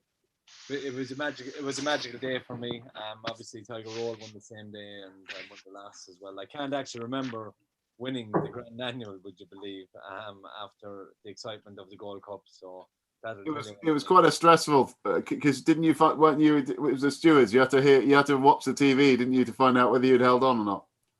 Yeah. I was in the stewards room waiting for the verdict, and I was looking out into the parade ring, and I could see Jim Cullerty jumping around. So I then knew that I had won it before I went back into the stewards room for them to tell me. So it was pretty exciting. It was pretty exciting. He was a very, very good horse. He'd won the RSA the year before, and that leads us on, you know, people with the likes of Champ. I think Champ is a live player here. I think I'm not a bit worried about his preparation. I think if anything, it's a plus, and I think he could be the challenger. I think he's definitely got enough ability.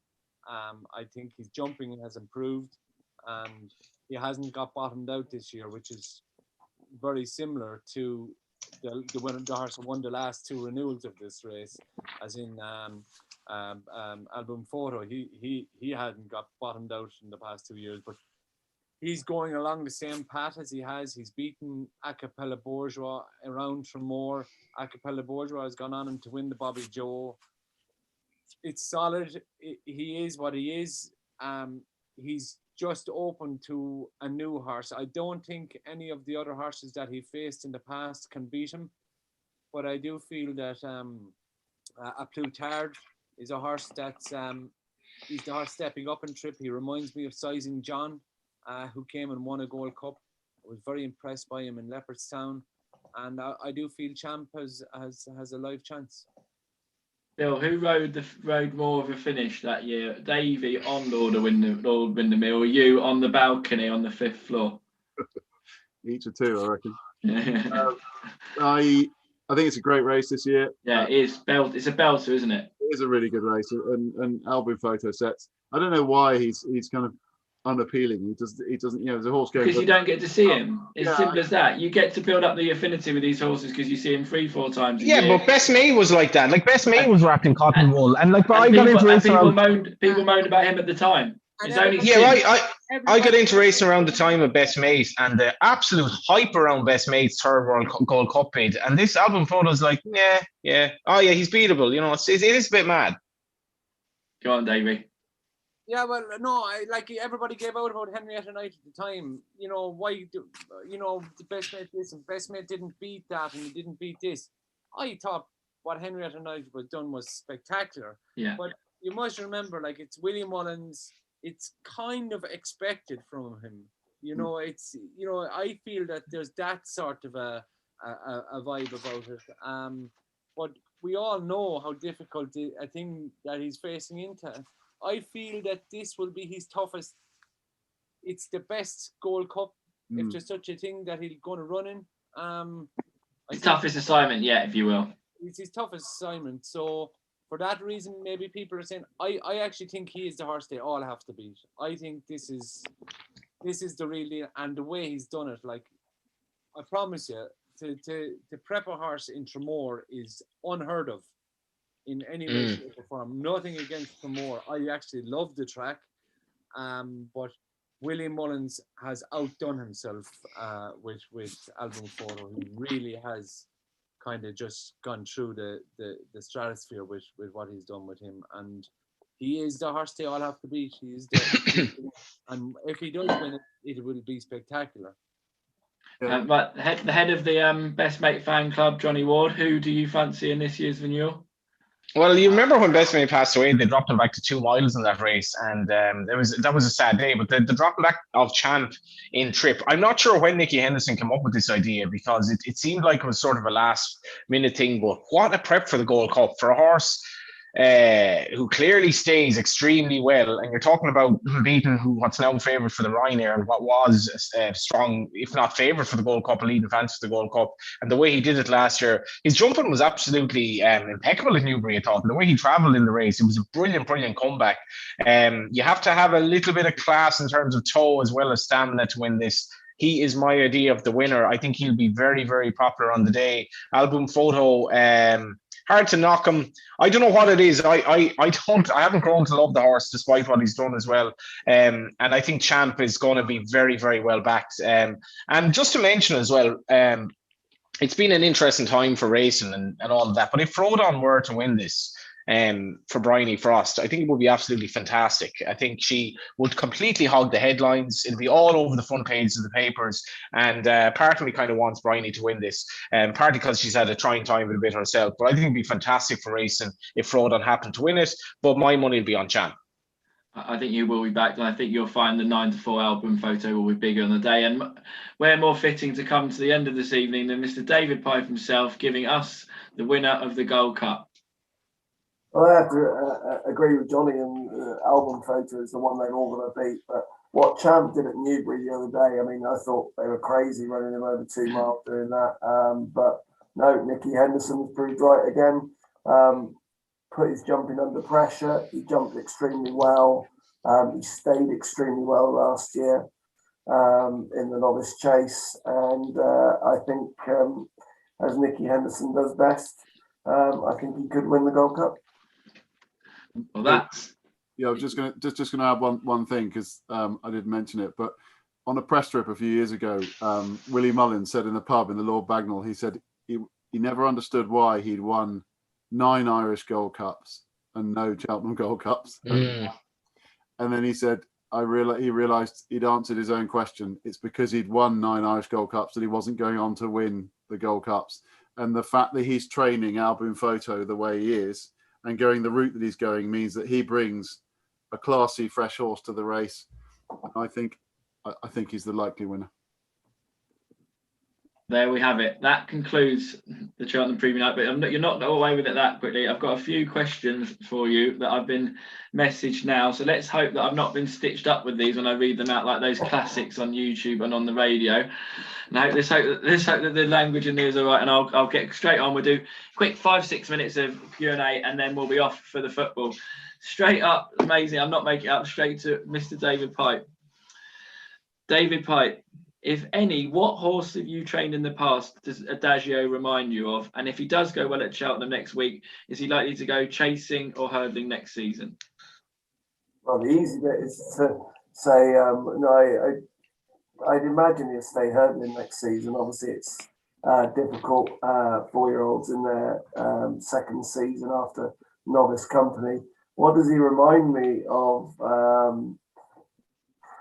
I don't know. I haven't had as good a 4-year-old as him before. So Isterbrak. That'll do. Yeah. There we go. Right, you're away. You're done, Davey. We saw Davey Russell riding Abracadabras last year, and he was the last horse to get off the bridle and gave Shishkin a real run for his money. How much is that going to make a difference to the way that he's ridden this year? No, last year it just fell into my hands that 2 horses fell at second last, so I was in front earlier than I would have liked. I feel he'll be ridden, pretty. He has a lot of pace. He'll travel, so I think Jack will be able to ride him whatever way he wants. I don't think it'd be an extreme of either, as in he won't be dropped out or he won't be ridden forcefully. So he'll be ridden kind of, just happy-go-lucky there, get into a posse. And again, I would feel he'll be one of the last off the bridle. Perfect, thank you. Question for Johnny Ward: where do you get your retro Adidas clobber? No, that was from me. Question for Johnny Ward: I'm interested in Durasso at huge odds for the Coral or the County Hurdle. What are your views, and which race do you think you're running? I don't know. I mean, this is, the way you eventually give up on a horse, and then he obviously makes a fool of you. I love this horse. When Joseph got him, he ran him in the Galmo. He didn't quite get 3 miles. Then he went over fences, and he beat a very good horse of Willie's. Very good horse, maybe Cadmium. He beat him at Navan very, very well, and I thought he'd go on to better things. If he turns up at Cheltenham, I'll probably back him, because I don't see why they'd be bringing him over there unless he could compete. And if he goes in sort of the Coral Cup, 2 miles 5 will be perfect for him. But he's kind of one of these horses that almost like one of these former lovers. You don't know whether you should go back or not. Well, we think we all know you've been back, Johnny. Right, question for David Pipe: does Remastered go for the National Hunt Chase or the Ultimate? We've all concluded that he's going to go for the National Hunt Chase. Yeah, sorry guys, I can't tell you yet. Davey, if you could only choose one race to ride in during the festival, would it be the Gold Cup? So if you could only ride in one race at the festival this year and you had to ride in everything, what race would you choose to ride in? It all depends what race they entered or declared it by Alan in. Perfect. More questions about Umbrigado. We'll let that go. David, does Milan Native go for the Ultima?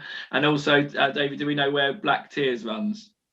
Yeah, I feel Black Tears will go for the Mayor's Hurdle.